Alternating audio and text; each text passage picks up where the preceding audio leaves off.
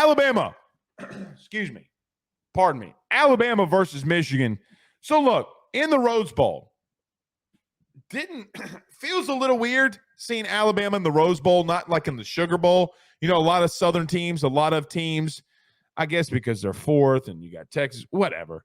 But it feels a little bit weird to me. It feels weird that Washington, in a way, has to come all the way to New Orleans when the closer game to them would have been the Rose Bowl. And by the way, it's not like the Rose Bowl is closer to Michigan because New Orleans is only like 1,100 miles away from Ann Arbor. I think LA's like 2,200 miles. You're going to have to catch on the plane to go to either which destination that you want to. You probably want to go to New Orleans if you're Michigan because it's going to be cheaper in New Orleans than it will be in LA.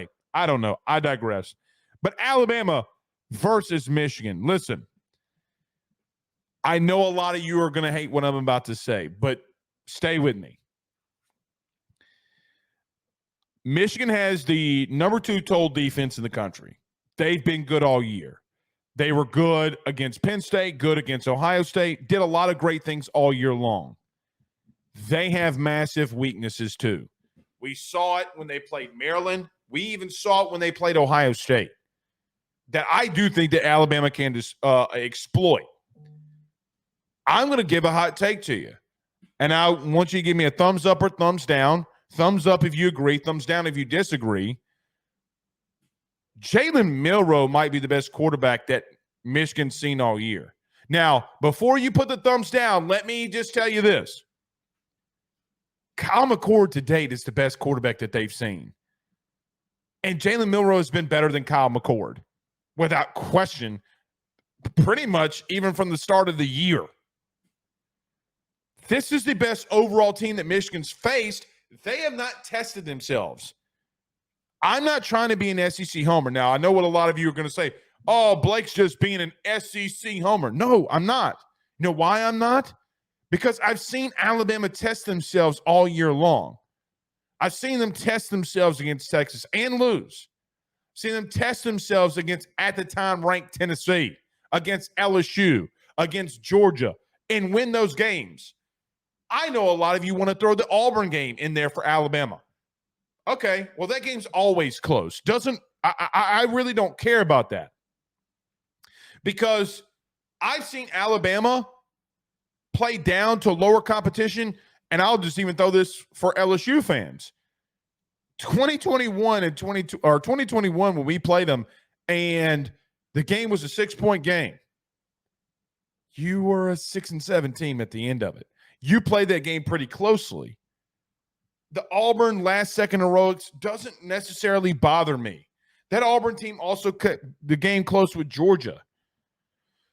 But Alabama responded right quickly and beat Georgia. And quite honestly, I know that was only a 3-point game in and of itself too, but they pushed Georgia around along their defensive line. That O-line that struggled in the beginning of the year, they pushed them around. And I got to be real with you. Do I think that Michigan's got a really deep and good defensive line too? Yes. I don't think they're Georgia.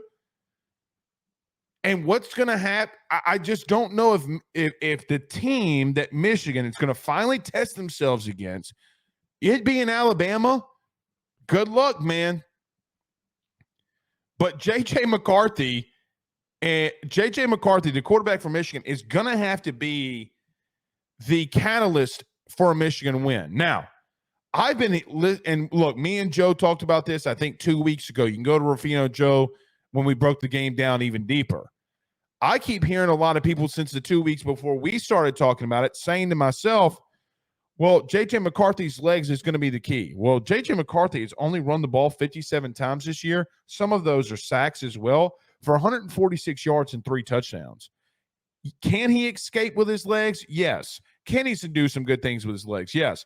But I've heard Gus Johnson and Joel Klatt say the kid runs a 4.4 all year. Well, you know what? You're about to find out because that defense at Alabama is not a joke. Now, just because Jaden Daniels made him look silly, which he did make him look silly, having 300 yards and 3 touchdowns in the first half, J.J. McCarthy and this Michigan team is not built to do that. They want to play, keep away, run the football. All right, sounds good. I heard that they had the best offensive line in the country. I don't think that they do. I think that actually, even though you'll say this is biased, resides in Baton Rouge. You're running the ball for under 4 yards a carry or under 5 yards a carry with your big back and Blake Corum, and you have not played anybody worth a damn. Oh, we played Penn State. We played Ohio State. That's not like playing LSU in Georgia.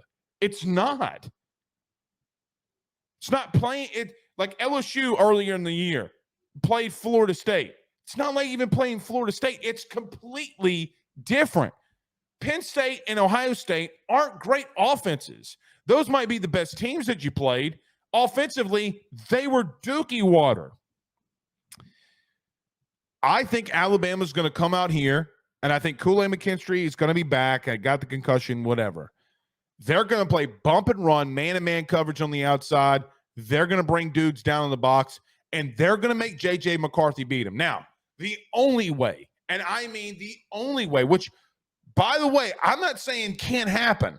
I'm not saying J.J. McCarthy with his weapons and the tight end Loveland. They got the Wilson kid that's a receiver on the outside that has over 10 touchdowns this year. I think he's got 11 touchdowns. But they can do some good things in the passing game. I'm not saying J.J. McCarthy can't do it.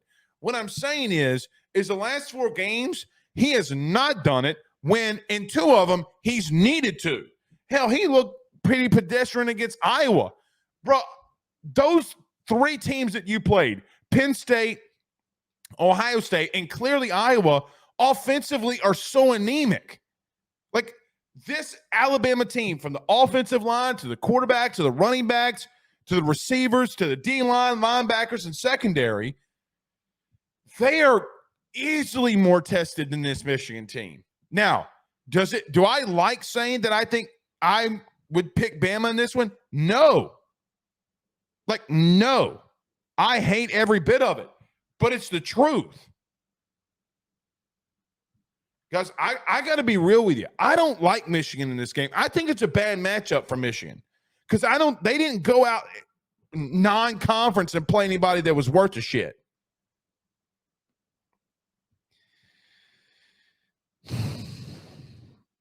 Rush defense, yes, they've been good all year, but it's not the same. They have not seen a spread attack like this to all extent. The one time they did against Maryland, and I got to be honest, the Tagovailoa kid doesn't have the legs that Milroe does.